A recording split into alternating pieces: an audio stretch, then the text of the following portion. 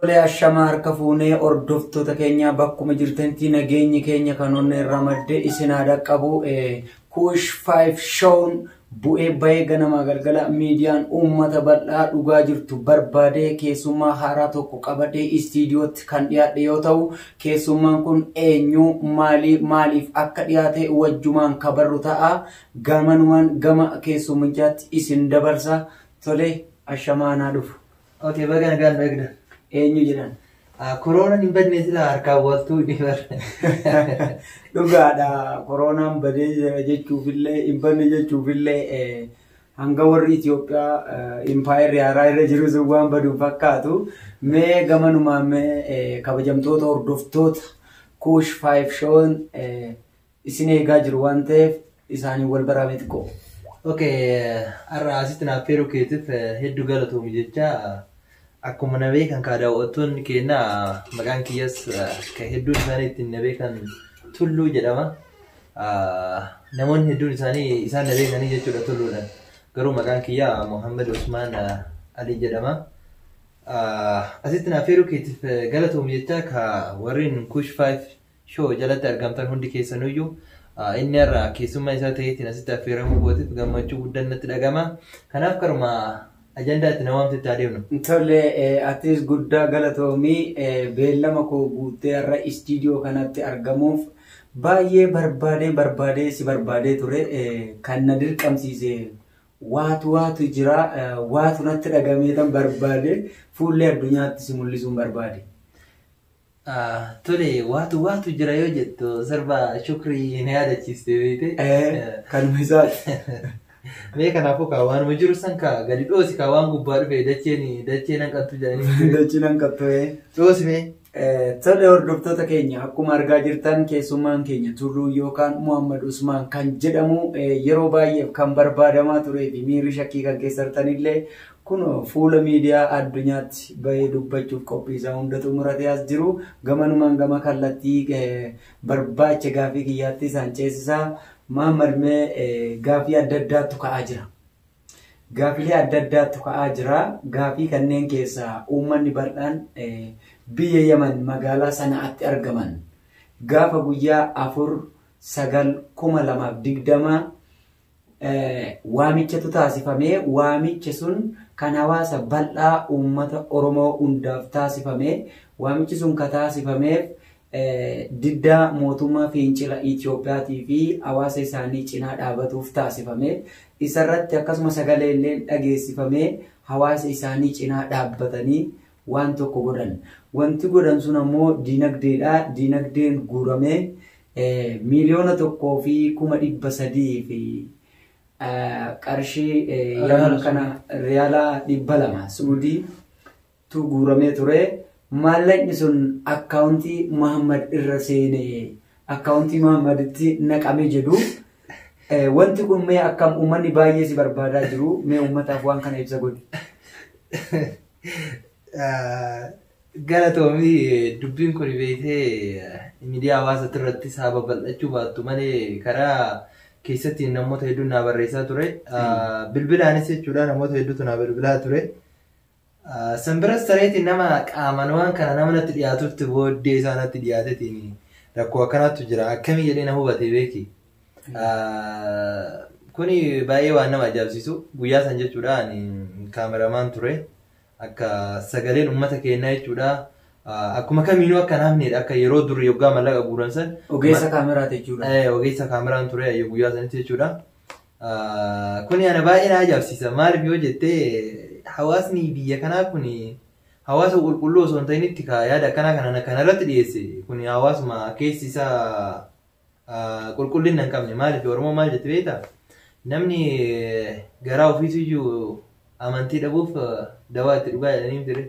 Kanaaf uummata saba Oromoo bal'aa kana keessa jechuudha nama akkasitti baay'ata beekte. Mee kanaaf ati waan akkam dhageettee akkaawuntii isaati irratti gala yoo jedhan ati akka keetitti mee miira akkamsitti dhagahame? Ani kan na dirqamsiisee fuula miidiyaatti nuufaa dhiyaatu waan ta'eef barbaadee si fide. Amma dantaan istiidiyoo kana keessatti sina dhiyeessisiisee naannoo adda addaa istireetii baay'ee keessatti keessaa'u akka Haayil, Bagdaad, Sittiin, Saba'een Shumeelaa fi kanneen adda addaa dabalatee maallaqni keenya yuutuubaraa nama chaayinaalaa dhuunfaa isaa miidiyaatti qabu abbaa qabeenyaa guddaa kan ta'e akkaawuntii isaatti naqame waan ta'eef maallaqni keenya nuufaa deebi'uu kan jedhan baay'een isaanii lola kaasan. Garuu maallaqni uummataa kun akkaawuntii kee irratti naqamee jira. Gaafiin keemmas gaafii biraan yaadachiisaa jira. Waan kana akkamii wayii akkuma gaafa xayyaara chaayinaatti buufateessan ni yaadataa miti. Shanii harka keessaa qaba. Akkuma sana ammas ka shaniitu ka harka keessaa qaba qofa akka hin jenne malee dhugaa dubbachuudhaaf anaayyuu wanti kun baay'ee na ajaa'ibsiise. Maaliifuu namni tokko jechuudha nuti ka xaarretiin bu'aa bahii hedduu baanee namoonni akka dhiyaatu taasisnee karaa miidiyaatiin karaa hedduun jechuudha. Miidiyaa qabnu karaa feesbuukaatii fi yuutuubaa hedduu qaba. Yuutuuba kana hundaanuu jechuudha. Sagalee uummata keenyaaf taanee waan kana qopheessuun dirqama lammummaati. Maaliifuu dirqama lammiidhaaf ta'u jechuudha. Taanee waan kana guyyaa san dhiyeessinee hanga sana haa xiqqaatu namni wal sodaan mallaqa hanga sana xiqqaa guuree beeki. Osoo wal amantiin jiraatetiin amantaan guddaan jiraatetiin bootaa guddaan ni kenna. Amma hawaasni Oromoo kunis hundaa miti waan kana harka keessaa qabu. Nama muraasa akkuma reef jennisan. Isaan kun immoo wanti nama bal'aa uummata bal'aa san hawaasa bal'aa wajjin jiru namoonni wajjin mallaqa kana ergines heddumatu jira.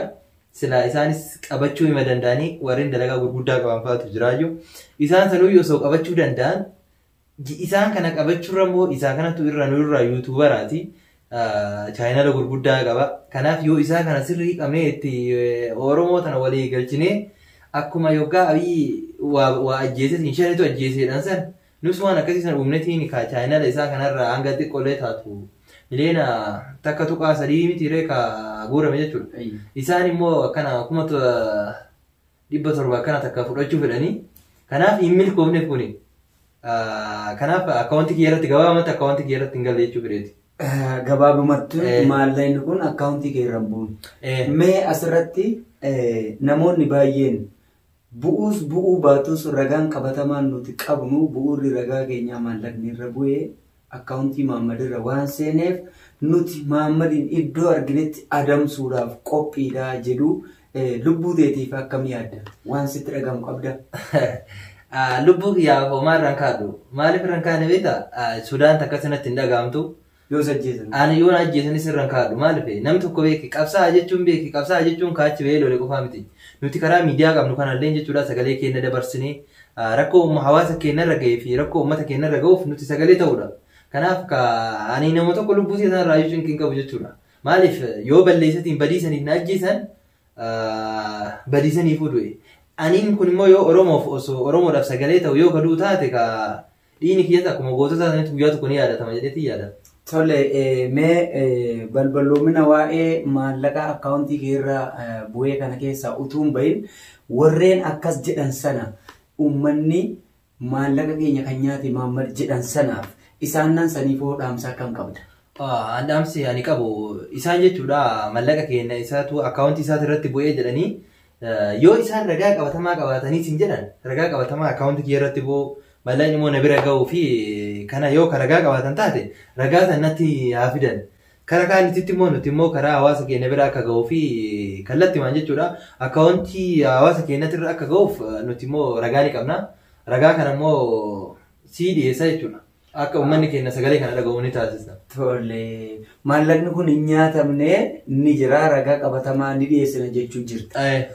Isaaniif dhaamsa qabduuf qabda. Kanarratti warreen lubbuu kee balleessuuf yaadan otoo akkaawuntii kiyyarra hin seenne naan jedhanii ani hin beekuu jettee jirti. Ani qulqulluudha waan kana akkaawuntii kiyyarratti waaqni hawaasaa tokko akka ta'ullee hin fedhullee taasisuufis hawwiin qabu akka hawaasa san bira gahuudha yaadni kiyya jettee ibsitee jirta. Yaada akkam isaaniif qabda maal dhaamtaaf isaan? Dhaamsan isaaniif qabu isaan kun warra akkamii beektaa warri shira akkanaa kana nurratti dalagaa jiru warra yeroo durii jechuudha dhaabaa jedhaniitiin maqaa dhaabatiin wal qoqqoodaa turan gartee isaantu diraamaa akkanaa kana dalage maaliifuu isaan kun beektee warri biyya keessa Abiy diraamaa garagaraa dalagsiisuudhaan Oromoota miidhaa jira warra saba bira dhaabbatan jechuudha akka Dinquu Dayyaasfaa biyya keessa ari'aniitiin maaliif akka inni Oromoo biraan dhaabanne akka immoo lolli kun jiru waan beekaniif jecha Oromoodhaaf akka inni mallaqa baasetiin nama miskiina tokko akka inni qarqaarreef biyya isaaniitti baase. Kanaaf uummanni kunis jechuudha warra asitti shira akkanaa kana nurratti dalagaa jiru warra duraan dhaabaa fi waan gargaraaf jedhanii mallaqa baasisanii osoo dhaaba san bira hin gahin mallaqni uummanni miskiina jechuudha mana namaa dalagee dubartiin akkas dhiirris fuula namaa fuuldura dhaabbatanii isaan fidan san asitti laafamatti nyaachuu waan baraniif jecha maaliif mallaqni kun karaa isaaniitti irraan deema maaliif karaa keenya irraan hin deemne kanaaf nuti immoo akka hawaasni uummata kana jibbuuf yeroo birallee akka isaan uummata kana walitti qabanii mallaqa guddaa guuranii saba isaanii qarqaarre jechaaf karaa nu irra deemu kana gufuu nuti ta'uu fedhan. Kanaaf kun isaaniif hin milkoofne. Har'as hin milkaa'uuf boris immoo hin milkaa'uuf jechuudha. Iftaanis immoo milkaa'uuf hin danda'u. Maaliif yoo jettee Oromoon jechuudha haqa isaa karaa haqa isaa san nama haqarra jiru san qabatee deema malee nama haqarraa goreetiin dhala namarratti xaxu Oromoon waan akkanaa kana hin deeggaru. Kanaaf uummata saniif waan yaada isaaniif qabu jechuudha. Ammas ittiin dheeranne dafaniitiin karaa keenyatti deebi'anii saba ofii qarqaaranii ana dhiifama gaafachuu osoo hin ta'initti saba isaanii jechuudha. Warra nu sagalee taaneef kana isaan deebi'anii dhiifama gaafachuu qabanii jechuun fedheedha.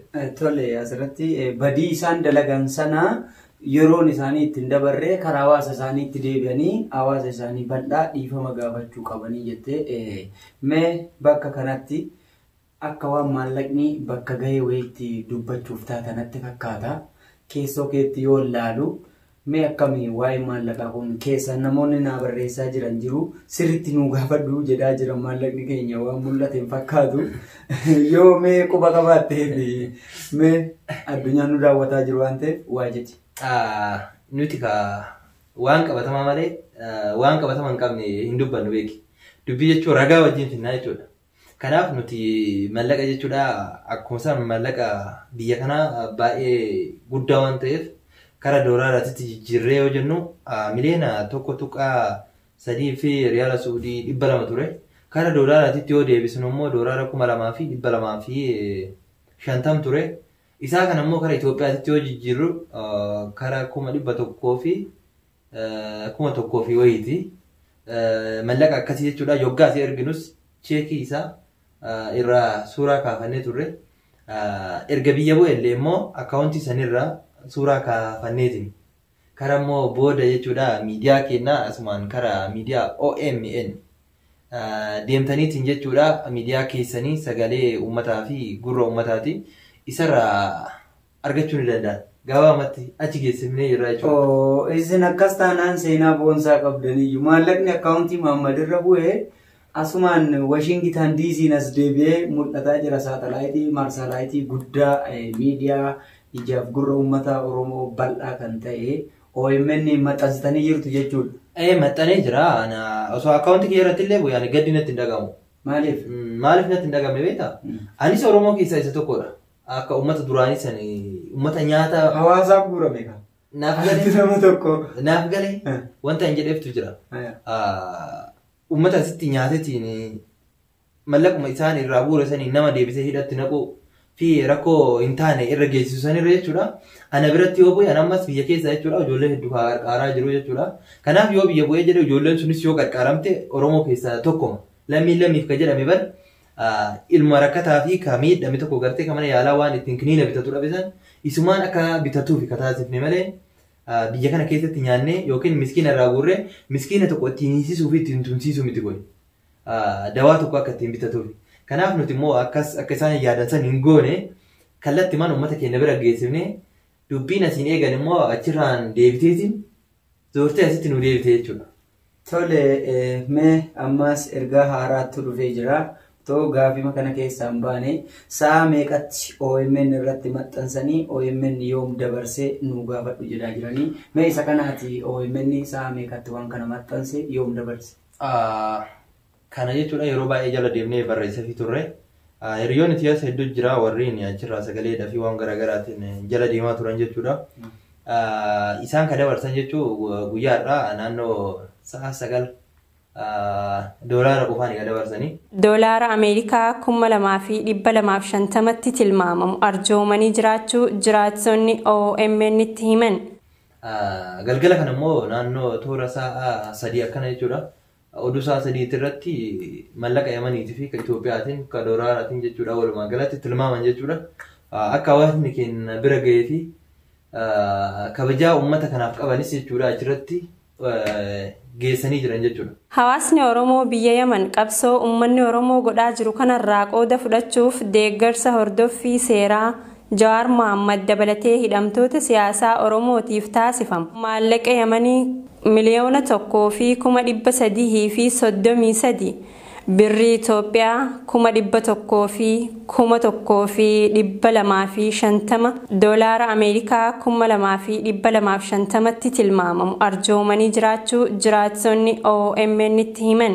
Kanaaf ulfaadha ammas immoo uummanni akkuma jechuudha yaada tokko nam tokko dabarsetti hawaasni Yaman yeroo makamooyyuu isin bira jirra qarqaarsa humnallee yoo barbaadan qabeenyallee yaadanis waan hundaanuu isin bira jirraan immoo galata OMN irraa dhufe jechuudha.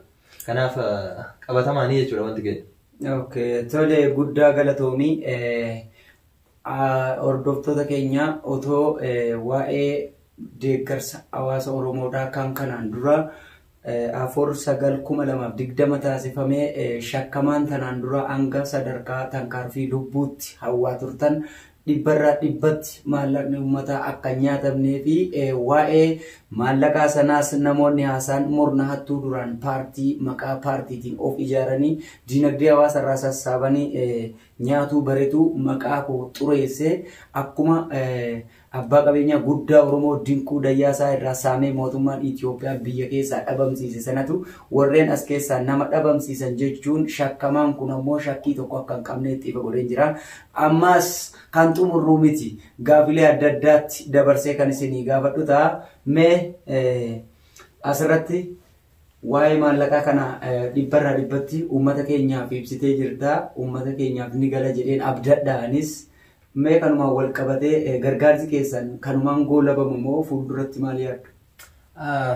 Yoo rabbi jedhee jechuudha fuulduratti nuti akka yuutuubaraattis jechuudha akka isaan yaadan sana osoo hin taanetti qophii addaa fuulduratti nu qopheessan inni abdii qabna.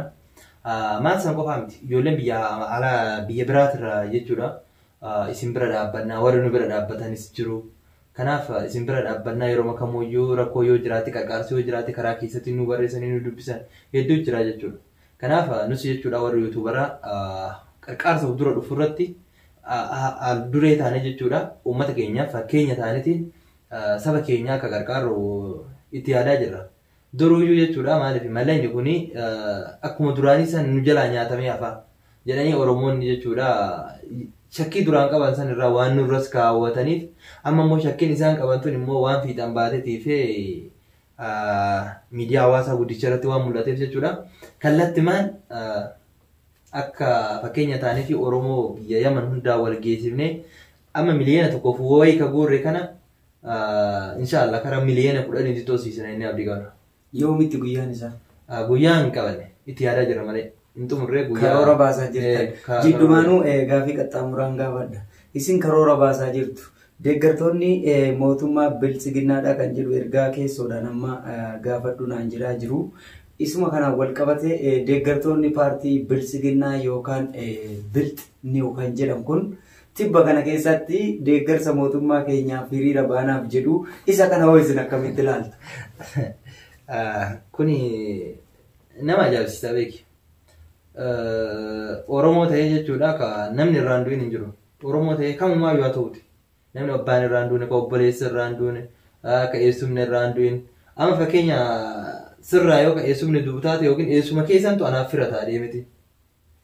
Garuu eessumni keessum firaayyuu naaf ta'uu baatu dhiiga kiyyaa anaaf inni deemnee walitti deemnaa jechuudha. Dhiini kiyyaaf ka isaa yoo ka isas muran kiyyaa fi ka isallee tokko jechuudha nuti Oromoodha. Sanyii puushii jechuudha nuti. Kanaaf uummanni kun jechuudha warreen bilginnaa kun akka sammuun isaanii itti yaadatu na dhibeeyyuudha. Kanaaf kun hin milkaa'u gabaabumatti. Akkamitti? Nusi ni hojjenna magaalaa kana jirra walumaan jirra. Bootaa isaan seenan hunda wajjin seenna kun rakkoon qabuuti kana duras xumurannee jirra.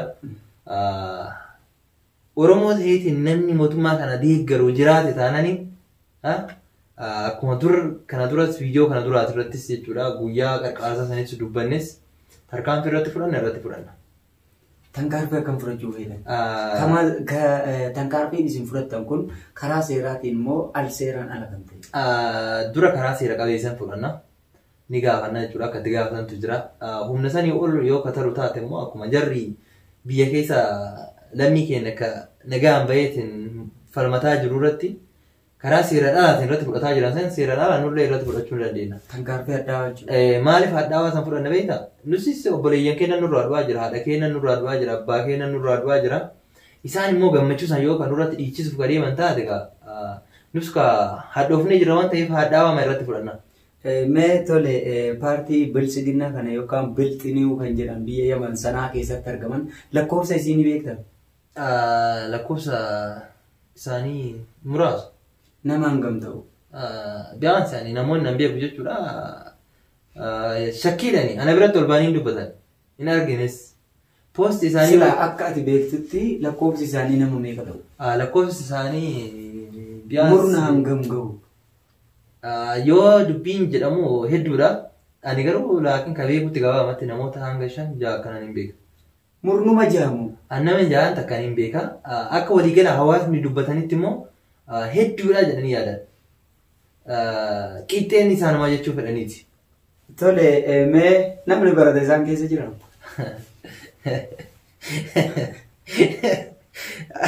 Waan ajaa'ibaa na gaafatte. Kana osoo isaanuma gaafanne poostii isaanii jalatti maaliif yoo jettee namni barate dhugaa dubbachuudhaaf isaan warra baratanii miti. Warra biyya kana dhufanii asitti baratan. Warri UN barsiisan. San malees jechuudha nama rakkoo dhuunfaa isaatiif nama barate ta'eetuyyuu nama rakkoo dhuunfaa isaatiif jecha waan akkasii raawwatu tokkoon isaanii. Walumaa galatti hin baranne. Akka keessa beektonni naaf himanitti nama digirii 2 qabu fa'aa jira jedhu bilxinii biyya Yaman sanaa keessa jiru kana. Digirii 2 maastarii illee jiru jedhan isaan sunni warri maastarii qaban warri bilxinii jedhan sunni namoota akkam? Digirii akkam qabu? Digirii isaan qaban dhugaa dubbachuudhaaf digirii barumsaati miti. Digirii akkam qaban? Digirii isaa qaban digirii barumsaa osoo hin ta'initti digirii waan hin taane dalaguu garte. Digirii badiitu. Digirii badiiti fi digirii forjida. Maallaqaan bitatu. Walumaa galatti jechuudha digirii isaanii digirii forjidaa fi maastarri isaanii immoo jechuudha walumaa galatti maastarri isaanii waan dhugaa hin jirre garte waan inuma kararra hin jirre kana dhugaa fakkeessanii fiduudhaani. Digiriin wanti isaanii jechuudha. Maastarri isaanii bilchiniidha. Kanaaf walumaa galatti nama barate hin qaban. Muummicha isaaniitti irraayyuu ilaaluu dandeessa qaba. Tokkuma isaanii? Tokkuma isaanii. Ahaa. Hooggana isaaniitti waan hin baranneef uummanni hin baranne jala hiriire malee qaamni barate irraa citee jira. Digiriin isaanii digirii badiiti malee digirii gatii qabu miti. Kanaafuu akkuma achi irraayyuu ilaaltutti jechuudha. Isaan nama barate ofitti dhiyeessuun fedhan. Nama hin baratin galtee. Ni balleessanii. Nama baratee ofitti dhiyeessan kaabadii isaa kana waan itti arguuf jecha nama baratanii ajjeesan yookiin ni hidhan yookiin ni ukkaamsan biyyoon akkamitti bara biyya keessa qofatti miti bara. Biyya amma jiru kanattis duraanis akkasuma godhaa turan. Ukkaamsaa turan, dachee jalatti turan, ajjeesisaa turan waanuma jiru kun. Hawaalaa fa'aa warra daragantu jira uummanni kun. Tole gaaffii baay'ee na yaadachiifte keessoonillee waan qabadhee dhufee jira. Mee namoonni tokko fa'aa warri bilxinii ufiin jedhan kun nuti Oromoodha jedhanii yeroo tokko kakuu qulqulluu maqaa waaqaatiin kakatanillee jiru. Isaan keessaa hedduun warra ilmaan Oromoodhaa tumanii maallaqa irraa buufachaa turanii maallaqa Oromoodhaa nyaataa turanii ija balleessanii harka muranii akka fedhan godhanii warra Oromaatti gurguratan fa'aadha jedhu wanti kun hangam dhugaadha? Kuni harka 100 keessaa 99 dhugaadha. Yoo itti dabalameef parsantii takka yoo ta'e qofa. Takka tiisuma. Yeroo baay'ee namni tokko beekee dhugaa jirtu irratti deema. Anis waan kana hanga hubadhee irra deemee jala deemee laalee gubbaa fi gadi qabee laaleetti jechuudha. Namoonni waan akkana kana raawwatan hundi isaaniitu iyyuu wanti isaan mootummatti dhiyeessee maal beekta? Walumaa galatti wantummaan isaan bilginnaa akka taasise ufturatti gaafa biyyi tun yoo ka bilisoomte taate biyyatti nun galchan. Laal rakkoo dhuunfaa isaanii qaban. Maaliifuu kun nama ajjeesee, kun nama tumsiisee, kun nama ija balleessisiisee waa hedduu isaan godhanii jiran uummata Oromoo kana. Kanaaf jecha immoo yoo mootummaa kana jala qabannu taate mootummaan kun yookiin immoo yoo kan inni irra turu taate biyyatti ni gallaa dhaynee ilaallee ni deebina yoo dhayne immoo mootummaan waraana nuu kennaa waraana nu eegaa si gala sammuu isaanii jechuudha sammuun isaanii qulfiidha. Kanaaf jecha yoo biyyi tun kabilisoomte taate immoo badii qabnu waan qabnuuf biyya namaa kana keessatti dulloomnee hafuu keenya ijoolleen teennaa sitti hafuudha. Rakkoon isaanii sana ilaaleef bariifne rakkoo akkasii qaban. Kanaaf biltsiginnaa jala namni hin barannetu deemaa wanti isin jedhuuf qabeenya takkaa jettee ati nama yookiin doolaara kuma takkaa jetteetiin obboleessa kee ajjeesuun dhoorkaadha laala waan sirraa jaalatamu hundi. Seenaa keessatti. Inni immoo riyaala takkaa jecha obboleessa isaa tumsiisee ajjeesisiisee yoo jedhe qaba. Seenaa kana waan ofirratti beekuu gabaabamatti mootummaa kana jala akka deemu taasisedha. Okay, tole mee kanumaan wal qabatee namoonni tokko tokko odeeffannoo keessa beektota irraa argannetti warri bilxinuu jedhanii jiru isaan nan jiran keessa madda kitaabotaatis kan raabsan jiru jedhan as keessatti nama dubbisuu dadhabeetu jira jedhan isaanuma ta'e garuu isaan deeggaraa mootummaati. Iddoon isaa asuma magaalaa sanaa kanatti ofii isaaniitii fidanii dubbisuu dadhabee gargaarsa qeerroo gaafatee jiran dubbisuu kanarratti.